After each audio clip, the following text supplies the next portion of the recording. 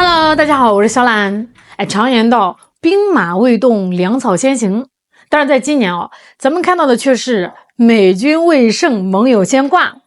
那就在当地时间的3月27号，这《华盛顿邮报》发表了一篇足以载入史册的扎心社论啊。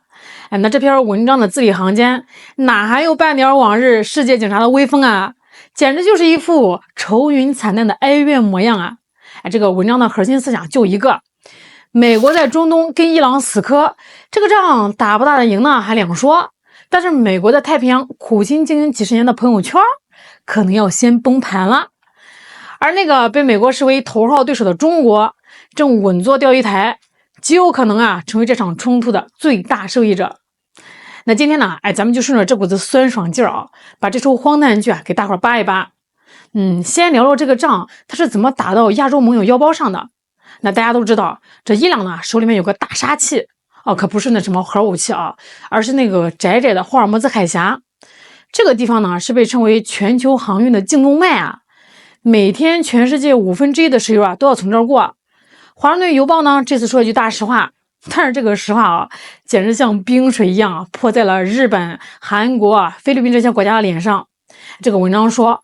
中东战火引发的危机对美国消费者来说还算凑合，但是对亚洲国家来说那可是灭顶之灾啊！为什么？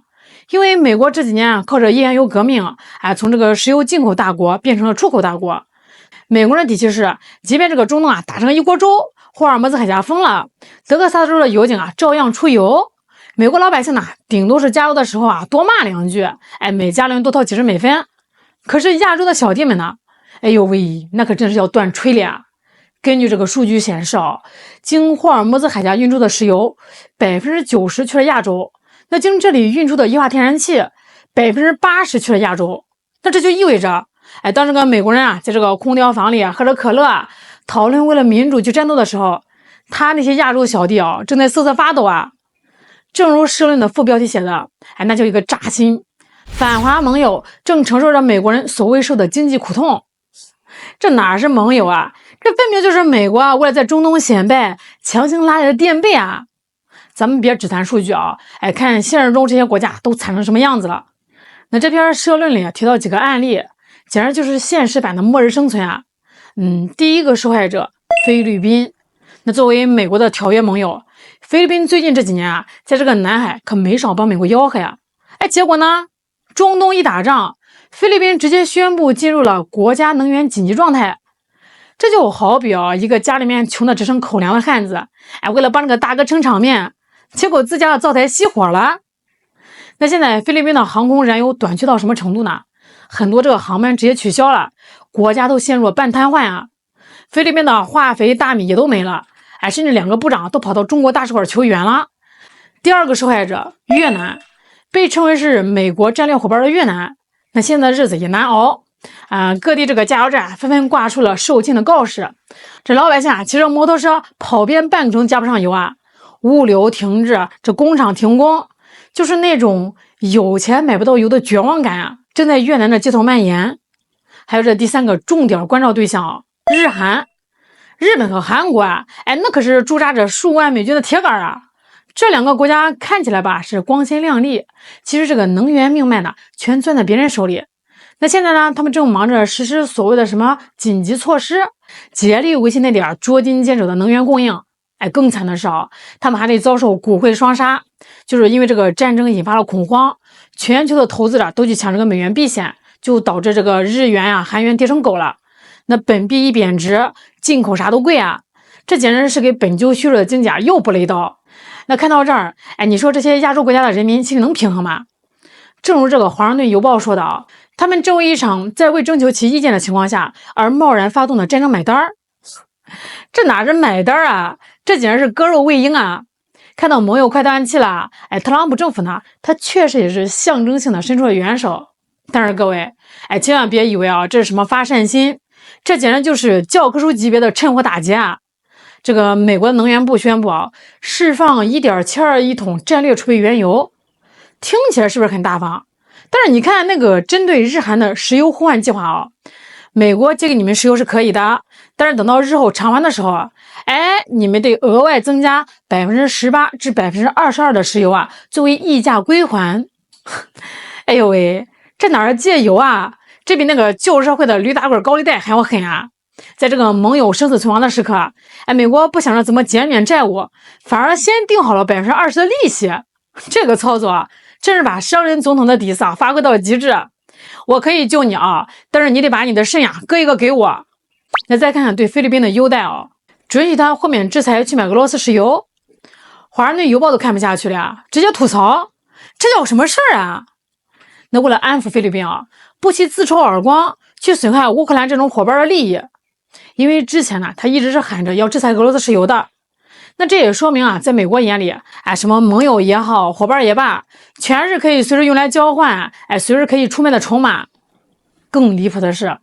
美国释放这点油啊，分摊下来啊，每天也就140万桶，才占这个霍尔木兹海峡运输量的7%。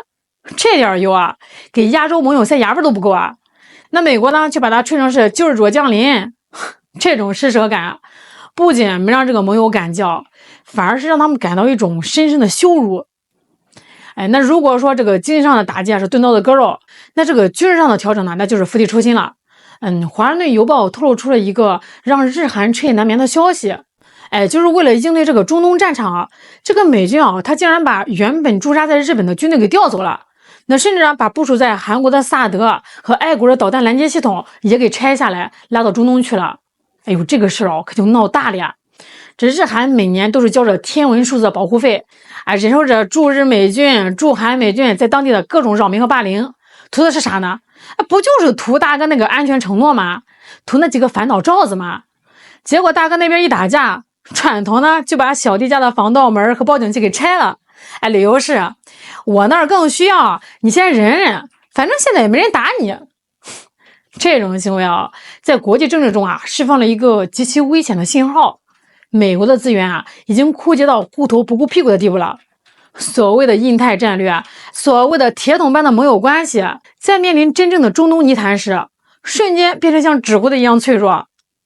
华盛顿邮报呢，甚至不安好心的怂恿，既然美国把装备撤了，那就加快技术转让，让日韩自己去研发本土化防御体系。这不就是说，保镖我撤了我卖你一本如来神掌的秘籍，你自己练去吧，能不能练成吧看天意，但是秘籍得给钱哦。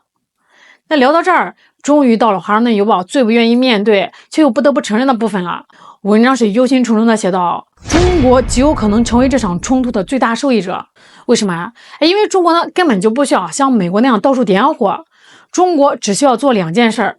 一，继续做一个稳健、守信、靠谱的贸易伙伴。第二呢，静静的看着美国在那边表演如何坑死自己的盟友。华盛顿邮报酸溜溜的说，这一切给中国提供了绝佳的宣传良机。确实如此当这个亚洲各国发现跟美国混要交高利贷、要断油、要被撤走反导系统时，他们转头一看，中国呢正致力于维护全球供应链稳定，致力于通过一带一路和 RCEP 搞活区域经济。那这种对比，这就是强大的宣传中国向来是主张通过对话解决争端，主张不干涉内政。以前呢，那些盟友被这个美国洗脑了，觉得美国才是秩序维护者。现在铁一般的事实教育了他们美国才是那个随时可能因为自己一时冲动把全球经济拖入火海的纵火犯。中国呢，向来喜欢将美国描绘成反复无常且靠不住的朋友。不，美国根本不需要中国去描绘他们自己正拿着油漆桶在自己脸上写着不靠谱3个大字儿。华盛顿邮报这篇社论其实折射出了美国精英阶层内心深处的恐惧他们批评特朗普政府除了保卫本土军队的首要宗旨是维护国际贸易秩序。而现在美国呢正亲手砸碎自己建立的贸易秩序他们最担心的是战略重心的彻底偏离。太平洋地区是全球经济的引擎，美国呢是费了9牛2虎之力搞这个亚太再平衡，重返印太，就是为了遏制中国结果现在为了一个伊朗美国把这个精锐部队都调走了，把这个外交信誉搞臭了，把这个盟友的经济搞崩了，这不就是典型的丢了西瓜捡芝麻吗？文章最后那段话充满了精神胜利法的荒诞感啊！他一方面吹嘘美国对伊朗动物是给中国传递明确信号，展示美国赶动物的决心，但是另外一方面他又不得不找补说，遏制中国这个长期且重大威胁的区域架构更重要，现在不能让它散架了。这就是美国现在的尴尬想展示肌肉，却发现肌肉拉伤了；想安抚盟友，却发现兜里没钱了；想威胁对手，却发现对手呢正带着你的盟友在做生意。说到底这篇《华盛顿邮报》的社论就是一封写给美国政府的哀议，它揭示一个不可逆转的现实：